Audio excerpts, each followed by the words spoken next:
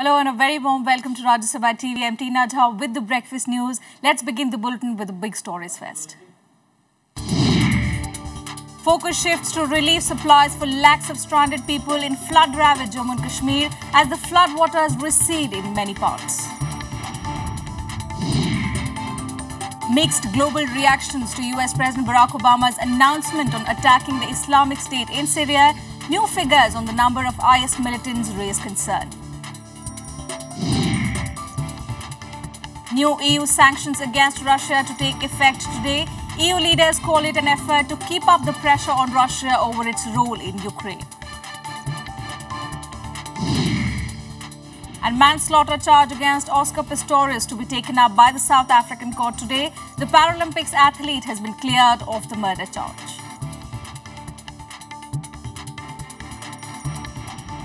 Our top story this morning, the worst may be over for Jammu and Kashmir in terms of nature's fury and floods that devastated the state over the last week. But the massive task of rehabilitation and rebuilding is only just trying to take off. Over Wednesday and Thursday, close to 1 lakh stranded people have been rescued by military jawans and the NDRF, even though huge numbers are still to be reached.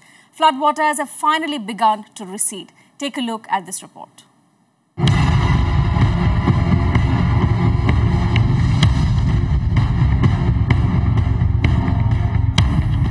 With over 1 lakh people rescued so far in the flood-hit valley, rescue teams have shifted focus to provide crucial supplies for people desperately waiting for help in submerged areas.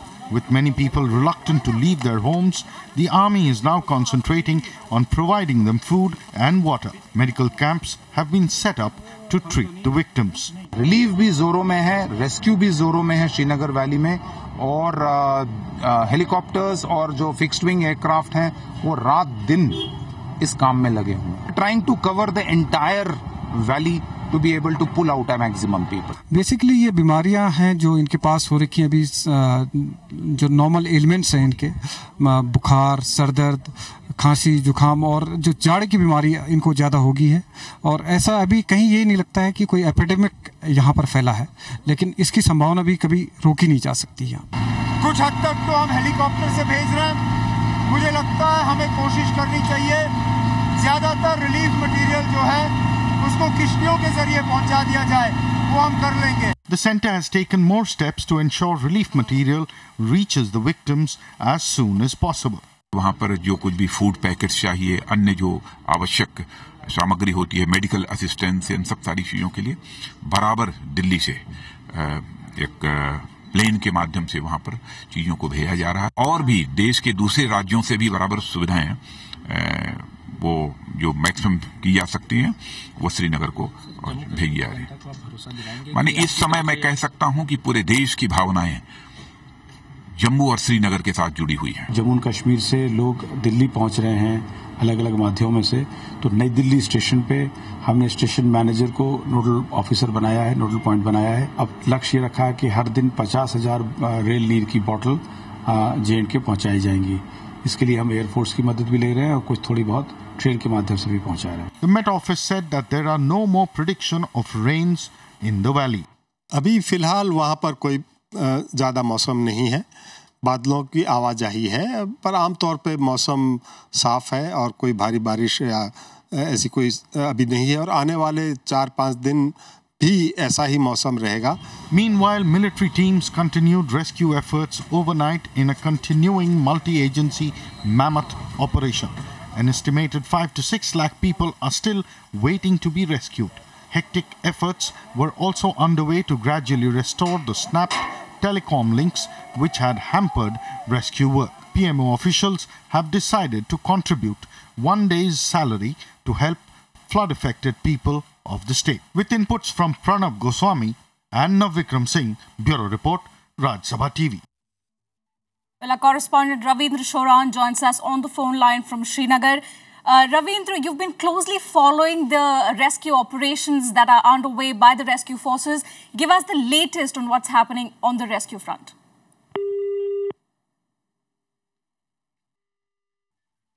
We seem to have lost the phone line with Ravindra. Meanwhile, in our studio, we have with our senior journalist, Mr. Rahul Jalali, who will be talking to us about what the role of the state administration has been in this time of tragedy. A very warm welcome to Rajya Sabha TV, sir. First of all, what we would like to understand from you is the role of the state administration. It's completely gone missing on the rescue front. It's only the Central Rescue Forces. What do you have to say about that? Well, you've said it. It's completely gone missing. But why?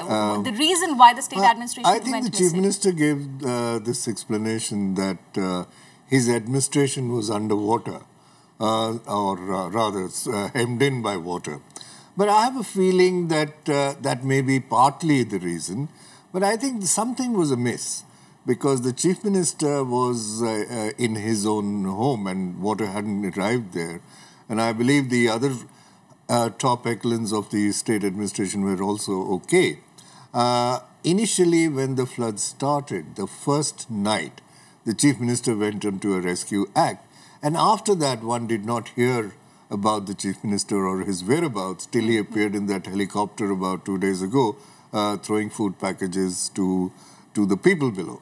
That suggests the priorities of the Chief Minister. I personally think that instead of being on the helicopter and doing something which he should not have been doing, he should have called a meeting of whatever administration was left in Srinagar and seen that they act. I think that was absent. Right. And Mr. if you look Jalali, at it, do stay with us, Mr. Jalali. Our correspondent Ravindra Sharan, we are connected to Ravindra Sharan from Srinagar. Ravindra, my question to you is that you've been following the rescue operations very closely in Srinagar. Give us a sense of what's happening on the ground at the moment. The ground reality right now in Kashmir is very critical. Still, the critical situation continues. But the army, the government, the local and NDRF, with the help of the civilians, are trying to evacuate the people. More than 5 lakh people are still stuck and stranded in different locations of the valley and the Jammu area. Last night also some rain showers also felt, but the government is now trying to, the administration and the army now trying to give the people adequate help, which in the kind of whether it is a legal assistance, with the medical assistance they require, or to evacuate the people to hello. Ravindra, also, is there a database being prepared by the administration or the rescue teams to know who all have been rescued?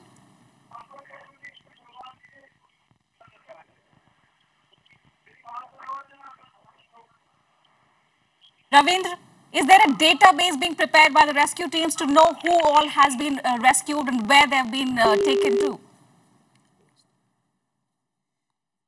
All right, coming back to you, Mr. Jalali, we seem to have lost the phone line again with our correspondent. So like we were talking about the state administration, even after 6 days, now the telecommunication lines have been opened up, restored in many parts. Even now the state administration doesn't seem functional. I think we've got to look at it in 2 ways. There are 2 facets of the state administration operating in 2 places. You talked about is the database being produced, which you asked your correspondent. In Jammu region, this has started being done by the local administration. So in Jammu now, the focus is shifting more to the rehabilitation. More to rehabilitation. What about the Kashmir? Kashmir, the local administration still does not exist. In fact, there were some people who came from Kashmir yesterday and they were talking to me. The region in which they were, which is what you've heard about, next to the governor's residence, there are thousands of people assembled there who are waiting to be evacuated because mostly these people who are there are from outside Kashmir. And they're total mayhem there.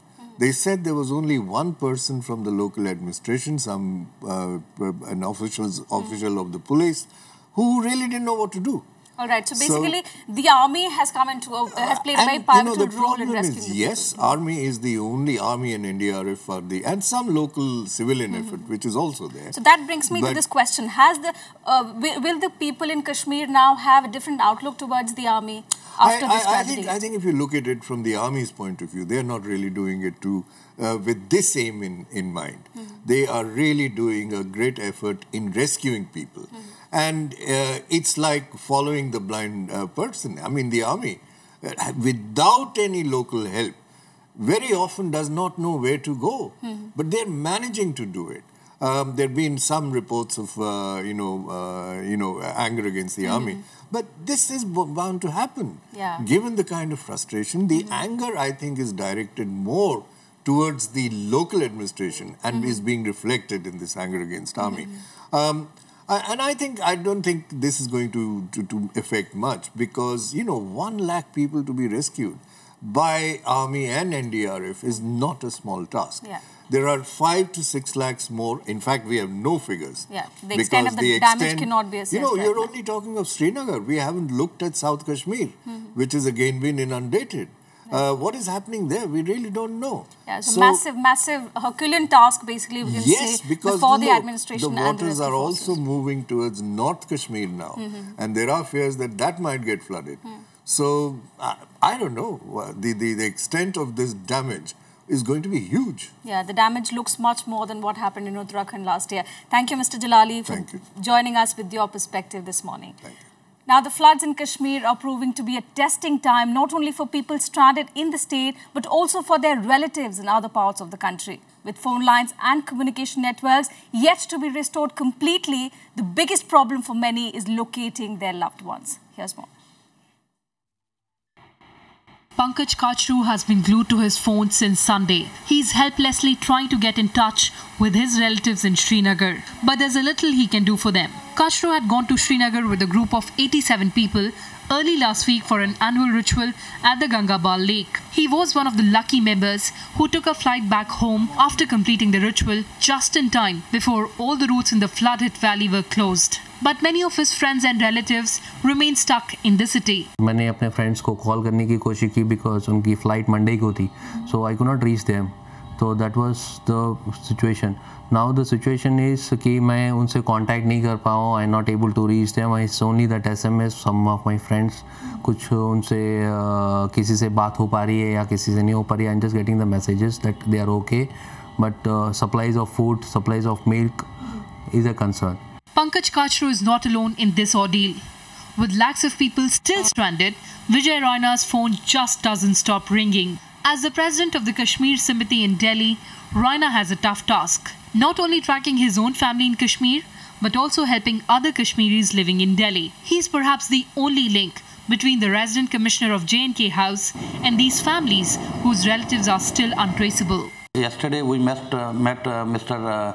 Nitin Gadkari ji, Honorable Minister of Transport. Mr. Nitin Gadkari assured us that whatsoever be the remedy to locate all these peoples in Kashmir, and we are trying my best of level, and we will do whatever we can afford.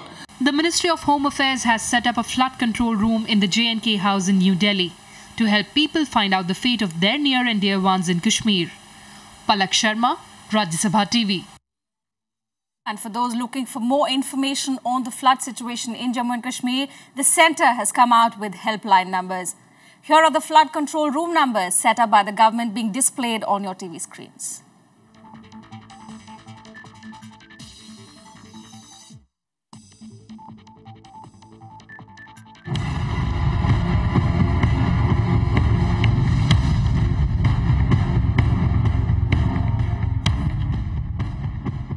Meanwhile, in Pakistan, the death toll due to floods was reported at 257 on Thursday as troops with helicopter boats rushed to evacuate people. Nearly 4,000 marooned people were evacuated on Thursday. The Pakistan military has expanded its relief operations in eastern Punjab province, where the overflowing Chenab River is causing extensive damage. Some 500,000 people have been affected by the floods in Pakistan, and large tracts of farmland have been inundated. Hospitals in the flood-affected areas are struggling to cope with the disaster. The army on Thursday planted explosives to blow 3 strategic dikes to divert waters away from the southern Punjab cities of Muzaffargarh and Multan. The Pak envoy Abdul Basit said that India and Pakistan are working together to overcome the disaster. Oh, it's a terrible disaster, and we're all working together to overcome this huge challenge. And with that, we slip into a very short break here. Still to come, Al-Qaeda releases UN peacekeepers from the Golan Heights in Syria. That and much more on the other side. Do stay tuned.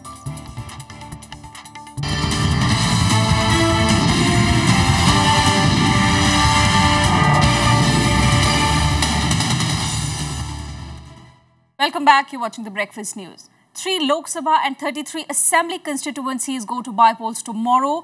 Campaigning for these elections ended on Thursday. The elections are spread over 9 states, with the polls being seen as a test of popularity of respective state governments, as also of the BJP, which held many of these seats. 3 assembly seats in Assam, 9 in Gujarat, 4 in Rajasthan, 11 in Uttar Pradesh, 2 in West Bengal and 1 each in Andhra Pradesh, Chhattisgarh, Sikkim and Tripura will go to polls on Saturday. Gujarat's new Chief Minister Anandiben Patel will face her first major political test. In UP, the polls at 11 assembly segments and 1 Lok Sabha seat. The polls are an opportunity for the ruling Samajwadi Party to make a comeback after its disastrous showing in the Lok Sabha battle, where its numbers dipped from 22 to just 5.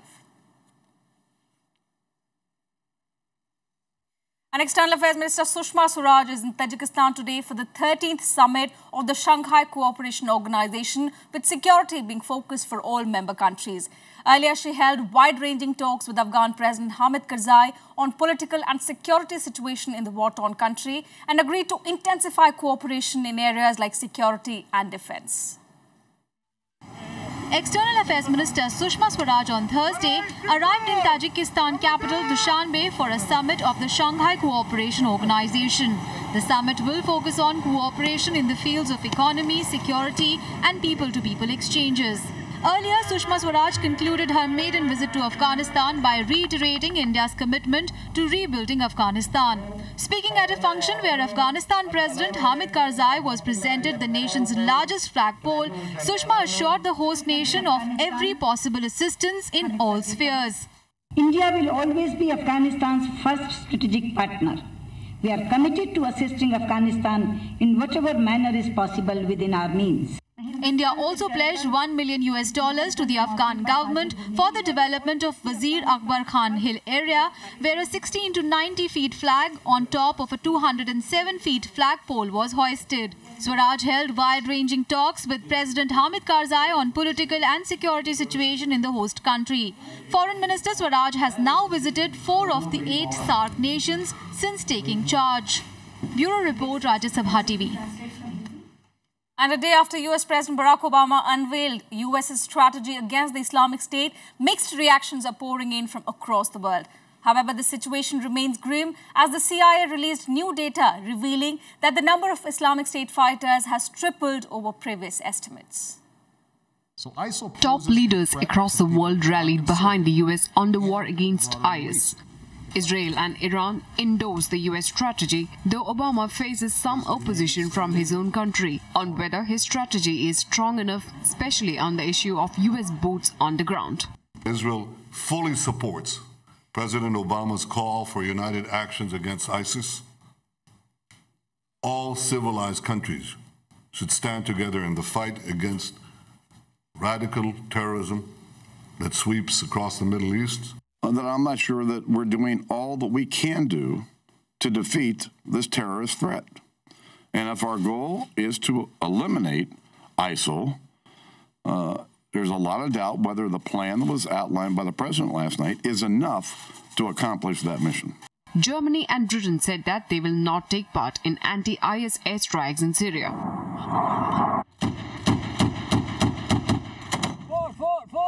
Syria hit back at the US plan to go ahead with airstrikes, reiterating that any foreign intervention in Syria would be an act of aggression unless it is approved by Damascus. Britain will not be taking part in any airstrikes in Syria. I can be very clear about that.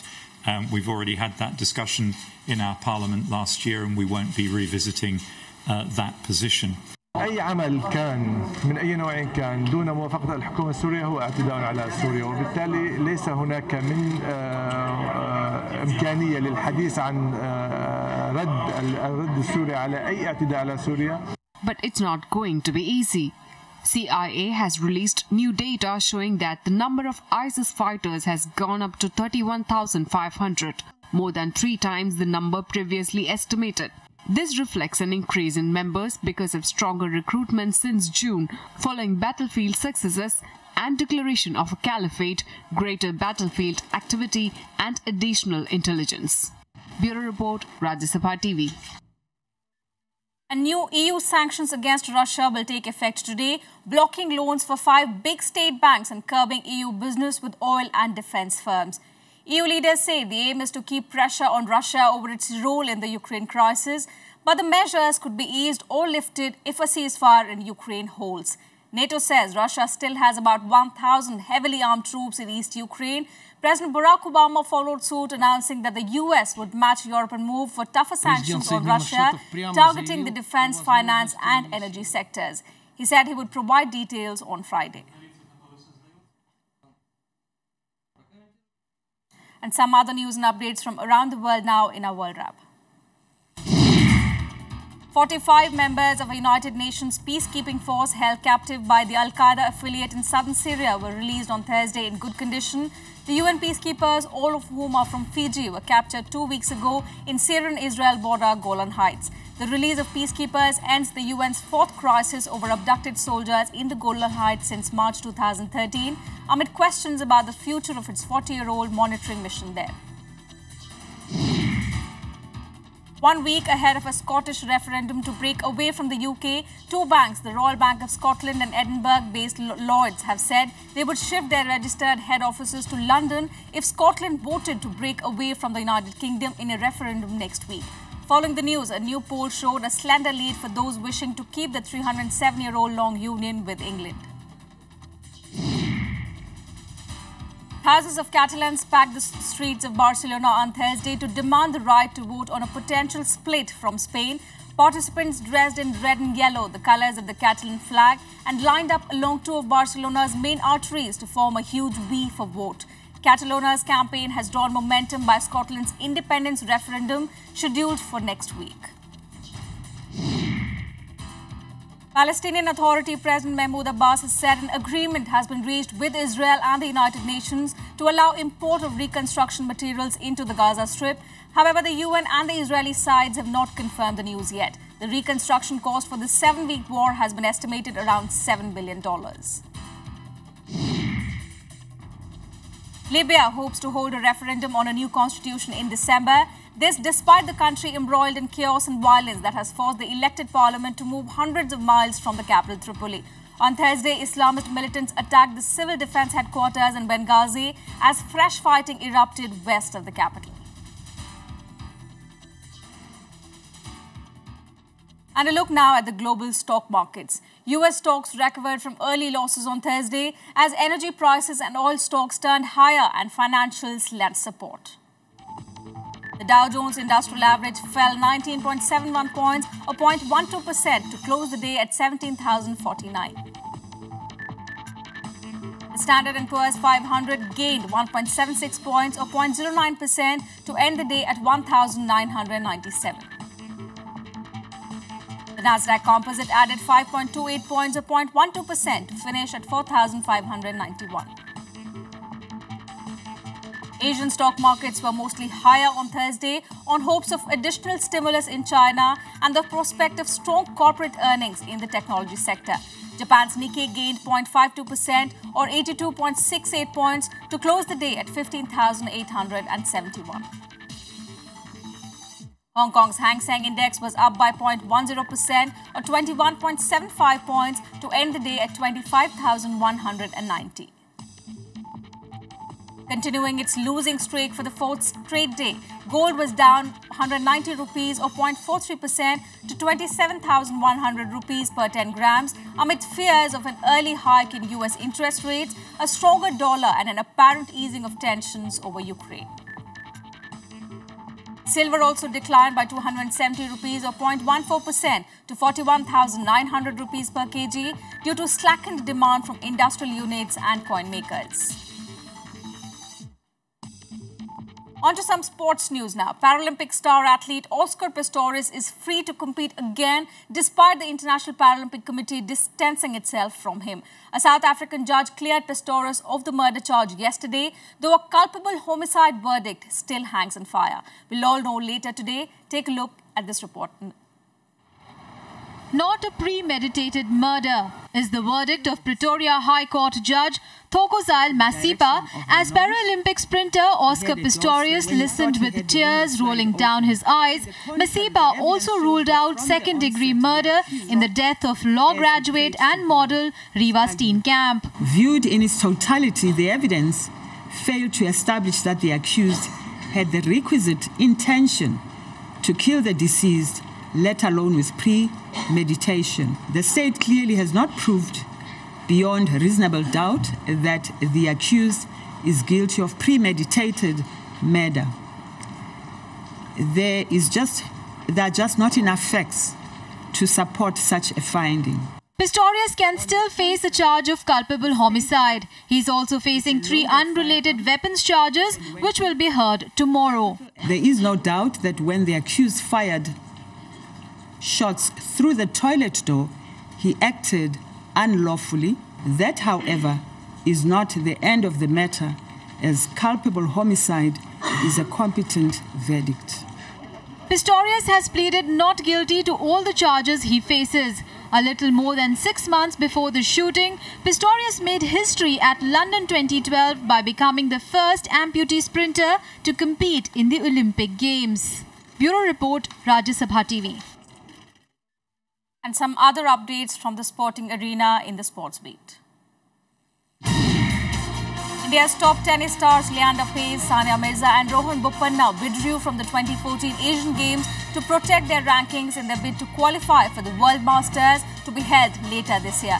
The pullouts announced by the All India Tennis Association came a day after the Sports Ministry cleared a 679-member contingent for the Games, and the list included the names of these 3 players. Paes, Bopanna and Sania were part of a 12-member Indian tennis squad for the Games.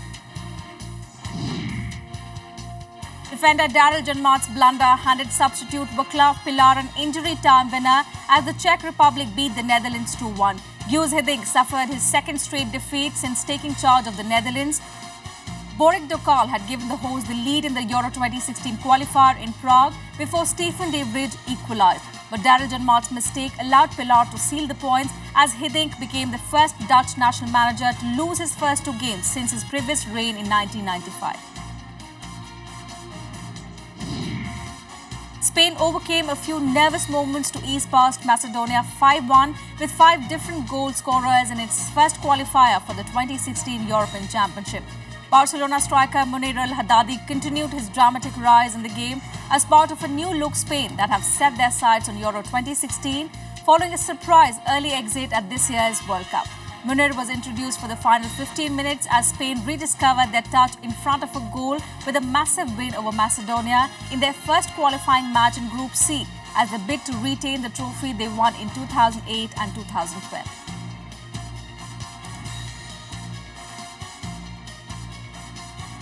And finally, the world's finest designers are showcasing their collections at the glamorous New York Fashion Week. We leave you today with some images from the event. While you picture this, we wind up our bulletin. Have a great day.